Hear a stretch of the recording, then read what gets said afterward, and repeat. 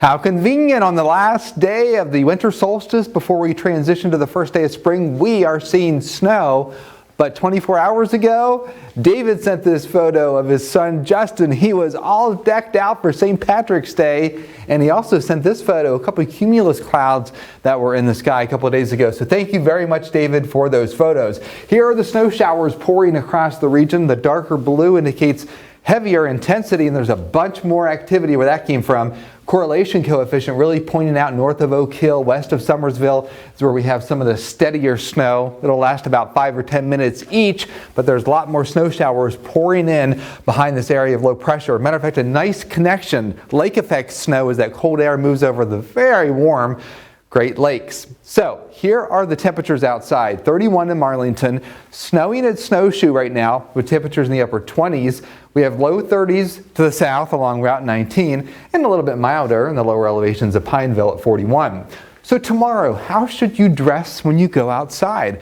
Well, unfortunately, you're going to need the layers because temperatures only make it to a high of 46 after starting out in the 20s.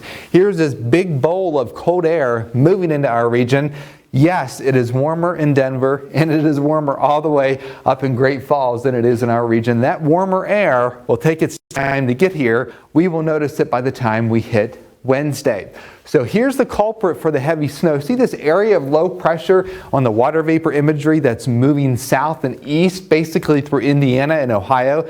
This is responsible for the additional snow showers that we are going to see this evening. It's difficult to accumulate snow this time of the year because of the higher sun angle, but the snow showers are going to continue after sunset, so keep that in mind. Some of those roads above 3,000 feet will become a little bit slippery. Otherwise, it'll just form on some of the grass blades across the region. So a little bit of nice robin snow, as you call it, where the snow's on the grass but doesn't affect travel at all. That moves through. We have temperatures tomorrow that'll be chilly. We warm it up a little bit during the Wednesday, Thursday time frame. And then guess what, folks? Our 7-day cycle is back where rain comes in from a strong area of low pressure to our south. That'll be Friday into early Saturday. 1 or 2 rain showers on the back side of it on Saturday afternoon. Not going to rain the entire day by any stretch of the imagination. And then guess what? We warm it up between systems early in the week. Probably feeling a couple aches and pains. The pressure will drop through Tuesday, so you're feeling that. Rises a bit and then drops a little bit Friday as we get that second weather system in. Your 7-day forecast, temperatures in the 40s, but we warm it up into the 50s by the middle part of the week. And then we're back into the 40s Friday and Saturday before we warm it up into the 50s on Monday. Tomorrow, the first day of spring, of course, so we have to celebrate that. Now today, I was at a press conference with the Weather Service Office of Emergency Management, and also FEMA. This is Severe Weather Awareness Week in West Virginia, and we were giving folks a heads up to make those plans. Before we get to severe weather season in our region, make sure you have a plan, a tornado emergency plan in effect, and all the different agencies were talking about how they respond to weather disasters. And you will see the full press conference aired on our station Sunday mornings. So we will have that from 10 to 11 a.m. I got to speak as well. I talked about the April 1974 outbreak and the 3 tornado survivors from that.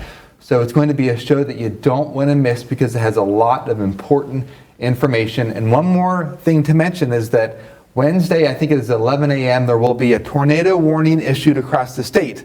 It's just an emergency alert to get people prepared for the season.